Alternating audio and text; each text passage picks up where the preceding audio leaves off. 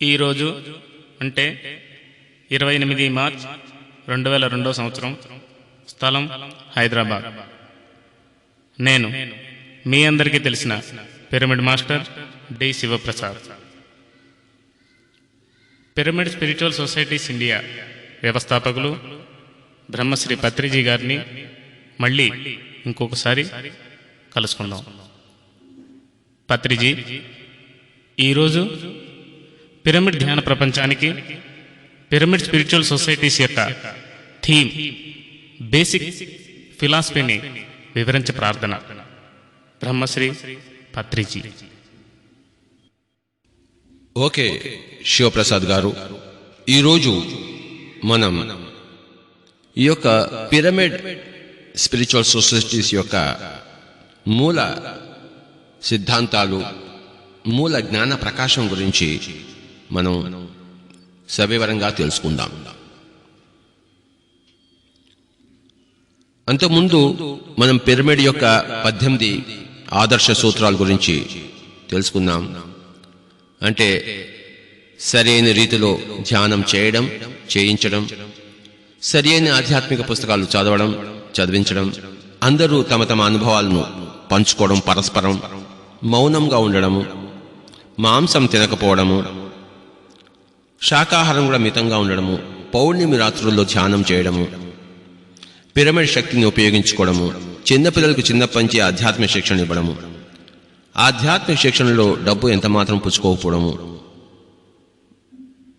మరి డాక్టర్ల దగ్గర పోకపోవడము, మందులు తినకపోవడము, ఏ కాషాయ వస్త్రాలు ఇలాంటి వేష భాషలన్నీ వాటన్నిటికీ దూరంగా ఉండడము, సామాన్యంగా ఉండడము, గృహస్థులుగా ఉండడము, ఎవరి సమస్యలను వారే పరిష్కరించుకుంటూ ఉండడము, ఎవరిని దేహి అని అడగకుండా, ఏ కర్మకాండలు చేయకుండా, మరి విగ్రహం యొక్క ఆరాధన, వ్యక్తి యొక్క ఆరాధన లేకుండా, ఈ విధంగా మనం పిరమిడ్ స్పిరిచువల్ సొసైటీస్ యొక్క 18 ఆదర్శ సూత్రాలు మనకు తెలుసు. ఈరోజు ప్రత్యేకంగా ఈ పిరమిడ్ ఫిలాసఫీ అంటే మూల సిద్ధాంతాలు, మూల జ్ఞాన ప్రకాశాలు గురించి సవివరంగా మనం తెలుసుకుందాం. దీనిని పిరమిడ్ జ్ఞాన నవరత్నాలు అని మనం తెలుసుకోవాలి. నవరత్నాలు ఇవి. 9 రత్నాలుగా ఈరోజు మన పిరమిడ్ ఫిలాసఫీని మనం గ్రహిద్దాం. పిరమిడ్ జ్ఞాన నవరత్నాలు. ప్రతి పిరమిడ్ మాస్టర్ కూడాను ఈ జ్ఞాన నవరత్నాలను ఎప్పుడూ మస్తిష్కంలో ఉంచుకోవాలి. ఒక్క క్షణం కూడాను ఆ నవరత్నాలు మస్తిష్కంలోంచి జారిపోకూడదు. పిరమిడ్ ధ్యాన ప్రపంచంలో నూతనంగా ప్రవేశించేవారు ఈ యొక్క పిరమిడ్ జ్ఞాన నవరత్నాలను కూలంకషంగా అర్థం చేసుకుంటూ ఉండాలి. రోజు రోజు వాటి యొక్క అవగాహన పెరుగుతుంటుంది. ఒకటేసారి వాటి యొక్క అవగాహన రాదు. తినగ తినగ వేము తీయగనుండు, అనగ అనగ రాగము అతిశయులు. అదేవిధంగా ఈ యొక్క మూల సిద్ధాంతాల గురించి మనం అనేక పుస్తకాల ద్వారా, అనేక ధ్యాన సాధనల ద్వారా, ఎంతో ఆలోచనల ద్వారా, అందరికి అనుభవాలు వినడం ద్వారా మనం కూడాను ఏదో ఒకరోజు ఆ యొక్క ఫిలాసఫీ యొక్క జ్ఞాన ప్రకాశం యొక్క పూర్తి రూపురేఖలు మనకి అనుభవానికి వస్తాయి. అప్పుడు మనం కూడా ఒక పిరమిడ్ మాస్టర్ అయినట్టు. కనుక ఈరోజు ఈ పిరమిడ్ జ్ఞాన నవరత్నాలు ఒక దాని తర్వాత ఒక్కొక్క రత్నం తీసుకుని ఆ రత్నాన్ని పరీక్షిద్దాం. రత్న పరీక్షకులు అవుదాం. ఈ రత్నాలు 9 రత్నాలు, 9 పరిపూర్ణమైన సత్యాలు. 9 సత్యాలను 9 రత్నాలుగా మనము వివరించుకుంటున్నాం. ఒకసారి నేను 9 నవరత్నాలను వరుసగా మీ ముందర ఉంచుతాను. తర్వాత ఒక్కొక్క దాన్ని తీసుకుని మనం సవివరంగా కూలంకషంగా వాటిని గురించి తెలుసుకుందాం. మొట్టమొదటిది ఏమిటంటే అహం బ్రహ్మాస్మి అని ఏదైతే వేదంలో ఉందో దాన్ని మనం తెలుగులో చెప్పుకోవాలంటే నేనే బ్రహ్మను అని మొట్టమొదటి. నేనే బ్రహ్మ. రెండవది ఏంటంటే జీవుడే దేవుడు. మూడవది ఏంటంటే దేహమే దేవాలయం. నాలుగవది శ్వాసే గురువు. ఐదవది సమయమే సాధన. ఆరవది సహనమే ప్రగతి.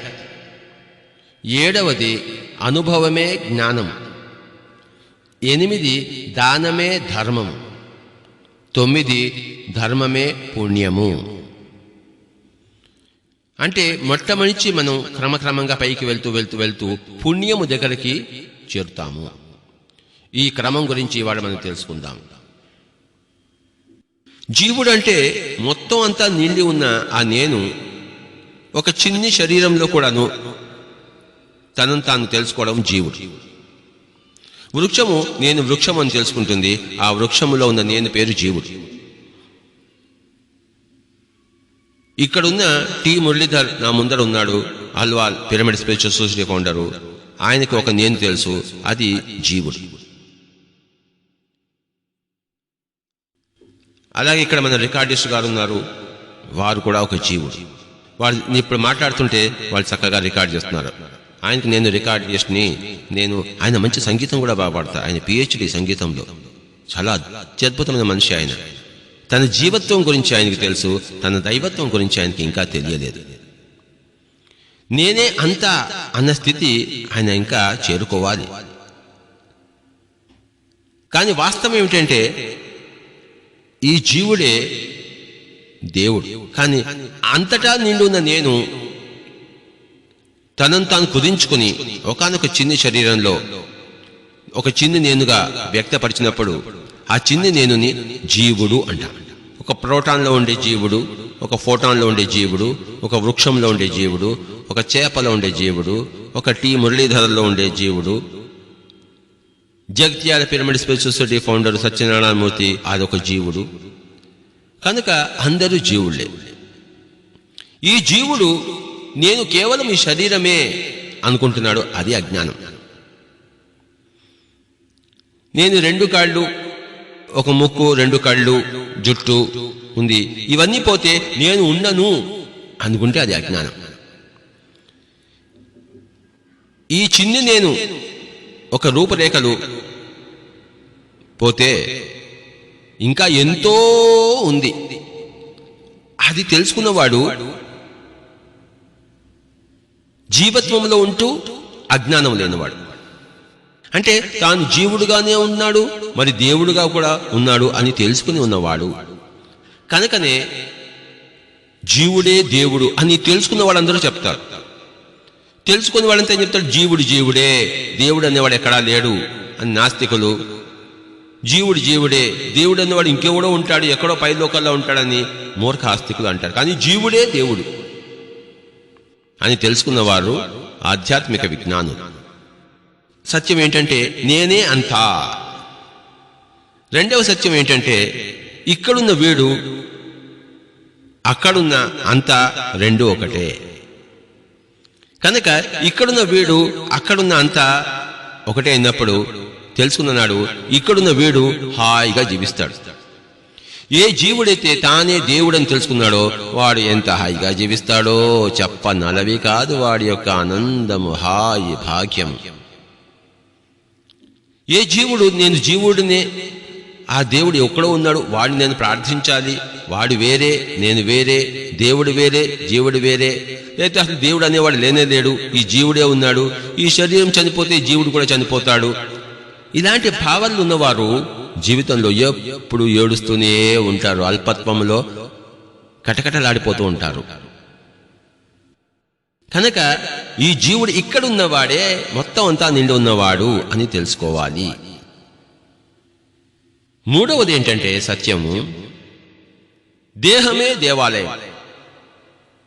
ఈ దేహముందే, ఈ జీవుడే దేవుడైనప్పుడు ఈ దేవుడుండే ప్రదేశము దేవాలయం కాకుండా మరి ఇంకేమవుతుంది? ఆది శంకరాచార్యుల వారు అన్నారు, దేహో దేవాలయో ప్రోక్తః జీవో దేవో సనాతన. దేహమే దేవాలయము అని చెప్పబడింది, జీవుడే సనాతనమైన దేవుడు. సనాతనం అంటే సృష్టికి పూర్వం ఉన్న సృష్టికర్తే ఈ జీవుడు, వాడే వీడు. చూసారా? సనాతనం అంటే ఎప్పుడో పురాతనం, ఎక్కడ సృష్టి లేదో, ఎక్కడ కేవలం సృష్టికర్త ఉన్నాడో అంత సనాతనం అన్నమాట. ఈ దేహం ఏమిటి? ఇదే దేవాలయం. ప్రతి ప్రాణి యొక్క శరీరము ఆ యొక్క దైవత్వం యొక్క గుడి, కోవెల. దేహమే దేవాలయం, జీవుడే దేవుడు. ఆది శంకరాచార్యుల వారు తెలుసుకున్నారు, జీసస్ క్రైస్ట్ తెలుసుకున్నాడు, గౌతమ బుద్ధుడు తెలుసుకున్నాడు. మరి ప్రతి జ్ఞాని కూడాను ఈ విషయం తెలుసుకున్నవాడే, ప్రతి అజ్ఞాని కూడాను ఈ విషయాన్ని తెలుసుకోనివాడు. అజ్ఞానమే దుఃఖానికి కారణం, విజ్ఞానమే, ఆత్మజ్ఞానమే, ఆత్మ సుజ్ఞానమే, ఆత్మ విజ్ఞానమే ఆనందానికి హేతు. ఏమిటి ఆత్మ విజ్ఞానం? జీవుడే దేవుడు, దేహమే దేవాలయం. గుర్తుంచుకుందాం. ఎక్కడో బాబరీ మసీద్ దగ్గరికి వెళ్ళి అయోధ్యలో దేవాలయం కడితే అదే దేవాలయం, అదే మసీద్ అనుకుంటే దానికంతా మూర్ఖ శిఖామణులు ఇంకొకటి ఉండరు. మక్కాలోనే, అరేబియాలోనే మసీద్ ఉంది, అక్కడికి వెళ్ళాలి, అక్కడే దేవుడు ఉన్నాడు, ఆ దేవాలయంలో దేవుడు ఉంటాడు మరి అనుకున్నవాడు ఎంత మూర్ఖులో. తిరుపతిలో దేవుడు ఉన్నాడు, 7 కొండలు ఎక్కాలి, ఆ విగ్రహం దేవుడు, అక్కడ దేవుడు ఉంటాడు, ఆ విగ్రహం చూస్తే దైవ దర్శనము. ఇదంతా పరమ మూర్ఖత. ఈ దేహమే దేవాలయము, ఈ జీవుడే దేవుడు. అయితే ఇది అనుభవం రావాలి మనకి, పుస్తకపరంగా, గురుపరంగా, మరి వినికిడి ప్రకారంగా మనం తెలుసుకుని ఉండవచ్చు, కానీ అనుభవంగా అది లేకపోతే అది జ్ఞానము కాదు. కనుక ఈ 3 నేనే అంతా అనే ప్రప్రథమమైన నవరత్నము, ఇక్కడున్న వాడే ఆ దేవుడు, జీవుడే దేవుడు అని 2వ సత్యం, దేహమే దేవాలయము అని 3వ సత్యము. 3 ఆధ్యాత్మిక సత్యాలు. ఈ 3 ఆధ్యాత్మిక సత్యాలు తెలుసుకోవాలంటే మరి ఏమి చేయాలి? అవే తర్వాత వచ్చే 4. ఫస్ట్ 3 నవరత్నాలు, తర్వాత 4 నవరత్నాలు, ఆఖరి 2 నవరత్నాలు. 3 + 4 + 2 = 9. ఈ 9లో ప్రప్రథమైన 3 యొక్క జ్ఞాన స్థితులు. ఎక్కడికైతే చేరాలో వాటి యొక్క నిర్వచనాలు, ఏ స్థితిని అయితే మనం సదా పొంది ఉండాలో ఆ స్థితిని వివరించే, నిర్వచించే 3 స్టేట్మెంట్స్. ఇప్పుడు మనం మధ్యలో ఉండే 4 నవరత్నాలు, పిరమిడ్ జ్ఞాన నవరత్నాల దగ్గరికి వెళ్దాం. ఇది సాధనా ప్రకరణాన్ని సూచిస్తుంది. జ్ఞాన ప్రకరణాన్ని సూచించేది ఫస్ట్ 3, సాధన ప్రకరణాన్ని సూచించేది 2వ 4, సాధన అయిపోయిన తర్వాత చేయవలసిన దాన్ని సూచించేది ఆఖరి 2 నవరత్నాలు. ఈ సాధనా ప్రకరణములో ఉన్న 4 సత్యాలు ఏమిటంటే, ప్రప్రథమంగా శ్వాసే గురువు, రెండవది సమయమే సాధన, మూడవది సహనమే ప్రగతి, నాలుగవది అనుభవమే జ్ఞానము. ఈ జ్ఞానం రావాలంటే, జ్ఞానం అంటే ఏమిటో తెలుసుకుందాము. 3 స్టేట్మెంట్స్. జ్ఞానం అంటే ఏమిటి? నేనే అంతా అన్నది ప్రప్రథమైన సూత్రము. ఇక్కడున్నవాడే ఆ యొక్క దివ్యమైన వాడు అని రెండవ సూత్రము. ఈ దేహమే దేవాలయము. మక్కా మసీదు దేవాలయం కాదు, కాశీలో ఉండే దేవాలయం కాదు. ఈ శరీరమే దేవాలయము, ఈ వృక్షమే దేవాలయము, ఈ సెల్ స్ట్రక్చరే దేవాలయము, ఈ కణ విభాగమే దేవాలయము, అందులో విరాజిల్లున్నవాడే దేవుడు. ఇదే జ్ఞానం యొక్క 3 రూపురేఖలు. ఈ జ్ఞానం రావాలంటే ఏం చేయాలి? సాధన ప్రకరణం ఏమిటి అన్న విషయం గురించి ఇప్పుడు మధ్యలో ఉన్న 4 నవరత్నాలు మనం తెలుసుకుంటున్నాం. మళ్ళీ చెప్తాను.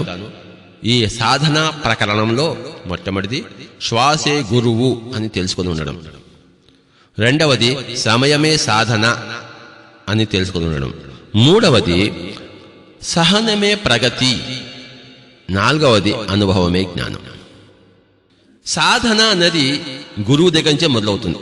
ఎక్కడ గురువు లేడో, చెప్పేవాడు లేడో, ఏం చేయాలో, ఎలా చేయాలో, ఎప్పుడు చేయాలో, ఎక్కడ చేయాలో, ఎలా చేయకూడదో, ఎప్పుడు చేయకూడదో, ఎక్కడ చేయకూడదో, మరి ఇవన్నీ చెప్పేవాడే గురువు. గురువు లేని విద్య గుడ్డి విద్య కదా. సంగీతం నేర్చుకోవాలంటే అయ్యా రికార్డిస్ట్ గారు గురువు ఉండాలా వద్దా? సంస్కృతం నేర్చుకోవాలంటే సంస్కృతం వచ్చిన వాడు గురువుగా ఉండాలా వద్దా? క్రికెట్ నేర్చుకోవాలంటే మనం ఏ గవాస్కర్ దగ్గరకు పోవాల్సిందే కదా. షహనాయి నేర్చుకోవాలంటే బిస్మిల్లా ఖాన్ దగ్గరికి పోవాల్సిందే కదా. మరి బిల్డింగ్ కట్టాలంటే ఇంజనీర్ దగ్గరికి పోవాల్సిందే కదా. వాడే కదా గురువు. వాడు చెప్తాడు ఇలా చెయ్యి, అలా చెయ్యి, అలా చెయ్యకు, ఇలా చెయ్యకు, ఇలా చెయ్యి, ఈ సిమెంట్ వాడు, ఈ ఇసుక వాడు అంటాడు. కనుక అలాగే మరి ఆధ్యాత్మికంలో నేనే అంతా అని తెలుసుకోవాలంటే ఏం చేయాలి? ఈ జీవుడే దేవుడు అని తెలుసుకోవాలంటే ఏం చేయాలి? ఈ దేహమే దేవాలయము అంటున్నారు, అది నాకు అనుభవానికి రావాలంటే నేను ఏం చేయాలి? మాస్టర్ గారు, గురువు గారు అని ఫస్ట్ గురువు దగ్గరికి వెళ్ళాలి. భగవద్గీతలో శ్రీకృష్ణుడు ఏం చెప్పాడంటే తత్విద్ధి ప్రణిపాతేన పరిప్రశ్నేన సేవయా ఉపదేక్షంతి తే జ్ఞానం జ్ఞానినః తత్వదర్శినః అన్నాడు. తత్విద్ధి అంటే ఆ సత్యం యొక్క రూపురేఖలు, జ్ఞానం యొక్క రూపురేఖలు, దాన్ని చేరే విధానము అన్నీ తెలుసుకో. తత్విద్ధి ప్రణిపాతేన సాష్టాంగ నమస్కారం చేసి, పరిప్రశ్నేన చక్కటి ప్రశ్నలు వేసి, సేవయ ఆ గురువు గారు నా కాళ్ళు పిసుకు అంటే పిసికి, నాకు కూరలు తీసుకురా అంటే కూరలు తీసుకొచ్చేసి, ఆయన ఏది అడిగితే అది చేయాలి. గురువు సేవ చేసి అప్పుడు గురువు బోధిస్తాడు జ్ఞానం అంటే ఏమిటి, అది ఎలా పొందాలి. ఎందుకంటే అతను గురువు, జ్ఞానం పొందినవాడు. ఢిల్లీకి వెళ్ళిన వాడే చెప్పగలడు. జగిత్యాల నుంచి నువ్వు ట్రైన్ ఎక్కాలి నాయన, ఫస్ట్ అదే వరంగల్కి రావాలి, అక్కడి నుంచి ట్రైన్ ఉంటుంది, కాజీపేట జంక్షన్, అక్కడి నుంచి పలానా ట్రైన్స్ ఉన్నాయి, మధ్యలో ఇలా భోపాల్ వస్తుంది, నాగపూర్ వస్తుంది, మళ్ళీ ఆగ్రా వస్తుంది, అలా అలా వెళ్తుంటే ఢిల్లీ అని వస్తుంది, అక్కడ దిగు. నీకేదైనా డౌట్ ఉంటే మధ్యలో ట్రైన్లో ఉన్న వాళ్ళని అడుగు, గార్డు ఉంటాడు, అన్నీ అడగాలి. ఇవన్నీ చెప్తాడు ఢిల్లీకి వెళ్ళి వచ్చినవాడు. అలాగే జ్ఞానాన్ని పొందిన గురువు, జ్ఞాని, తత్వదర్శి ఇవన్నీ చెప్తాడనమాట. కనుక అతనికి సాష్టాంగ నమస్కారం చేయాలి, గురువు దగ్గరికి చేరాలి, గురువుకి సాష్టాంగ నమస్కారం చేయాలి, గురువు దగ్గర పరిప్రశ్నలు వేయాలి, గురువుకి సేవ చేయాలి. అప్పుడు ఆ గురువు బోధిస్తాడు, జ్ఞానాన్ని బోధిస్తాడు, సర్వము బోధిస్తాడు, ఏం చేయాలో చెప్తాడు, ఏం చేయకూడదో చెప్తాడు, ఎలా చేయాలో చెప్తాడు, ఎలా చేయకూడదో చెప్తాడు, ఎప్పుడు చేయాలో చెప్తాడు, ఎప్పుడు చేయకూడదు అన్నీ వివరిస్తాడనమాట. కనుక సాధన ప్రకరణం అనేది గురువు దగ్గరే మొదలవుతుంది కదా. కనుక ఈ సాధనా ప్రకరణంలో, ఈ యొక్క ఆధ్యాత్మిక సాధనా ప్రకరణంలో ఎవరు గురువు, ఏమిటి గురువు అంటే తెలుసుకోండి, శ్వాసే గురువు. ఒక మనిషి ఇంకొక మనిషి దగ్గరికి వెళ్ళనే అక్కర్లేదు. ఆధ్యాత్మిక సాధనలో తనలోకి తను చేసే ప్రయాణం ఇది. బయట చేసే ప్రయాణం అయితే బయట వాళ్ళని అడుక్కోవాలి, లోపల చేసే ప్రయాణం కనుక లోపల ఉన్నవాడిని అడుక్కోవాలి.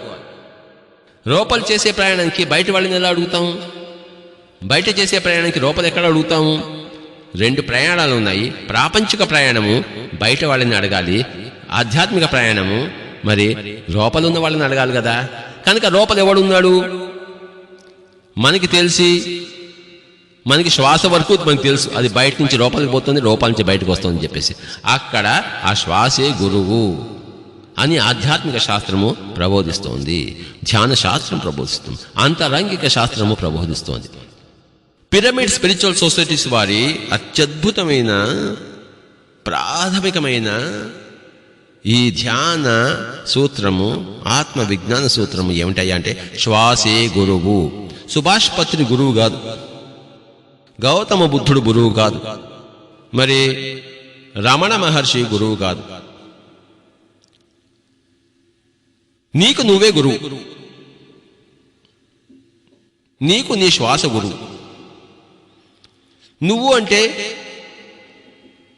నీదొక మనస్సు ఉంది, ఆ మనస్సు అనేది శిష్యుడు, శ్వాస అనేది గురువు. శిష్యుడు గురువు దగ్గర కూర్చున్నవలే, గురువు కాళ్ళ దగ్గర కూర్చున్నవలే. అంటే మనస్సు అనేది శ్వాస దగ్గర కూర్చున్నవలే, తిష్ట వేసుకుని కూర్చున్నవలే, సుఖాసనం వేసుకుని కూర్చున్నవలే. బాగా హఠయోగం ప్రాక్టీస్ చేసేవాళ్ళైతే పద్మాసనం వేసుకుని కూర్చుంటారు. మరి యోగా అభ్యాసం లేని వాళ్ళు చక్కగా సుఖాసనం వేసుకుని కూర్చున్నవలే. ఎవరి దగ్గర కూర్చుంటాము సుఖాసనం వేసుకుని? గురువు దగ్గర. ఎవరు గురువు? శ్వాసే గురువు. కనుక ఇక్కడ ఇంకొక మనిషి అవసరమే లేదు. ఏకలవ్యుడికి ద్రోణుడు చెప్పాడు, నీ శ్వాసే నీ గురువు నాయనా, నీ శ్వాసను అభ్యసించు అని చెప్పాడు. అరణ్యానికి వెళ్ళిపోయాడు. ద్రోణుడు అవసరం లేదు, ఆయన తన శ్వాసే గురువుగా పెట్టుకున్నాడు. అంత విలువిద్య అంతా నేర్చుకున్నాడు. ఎలా నేర్చుకున్నాడో మనం తెలుసుకుందాం. కనుక my dear friends, my dear pyramid masters and my dear Shivaprasad, my dear Muralidhar, my dear Jagtyal Pyramid Spiritual Society founder Dr. Satyanarayana Murthy, and my dear all human beings who want to progress spiritually, ఆధ్యాత్మికంగా అనుభవం పొందాలంటే తెలుసుకోండి. ఎవరయ్యా గురువు? సుభాష్ పత్రి గురువు కాదు, Jesus Christ గురువు కాదు, గౌతమ బుద్ధుడు గురువు కాదు, శ్రీకృష్ణుడు గురువు కాదు. శ్వాసే గురువు, శ్వాసే గురువు, శ్వాసే గురువు.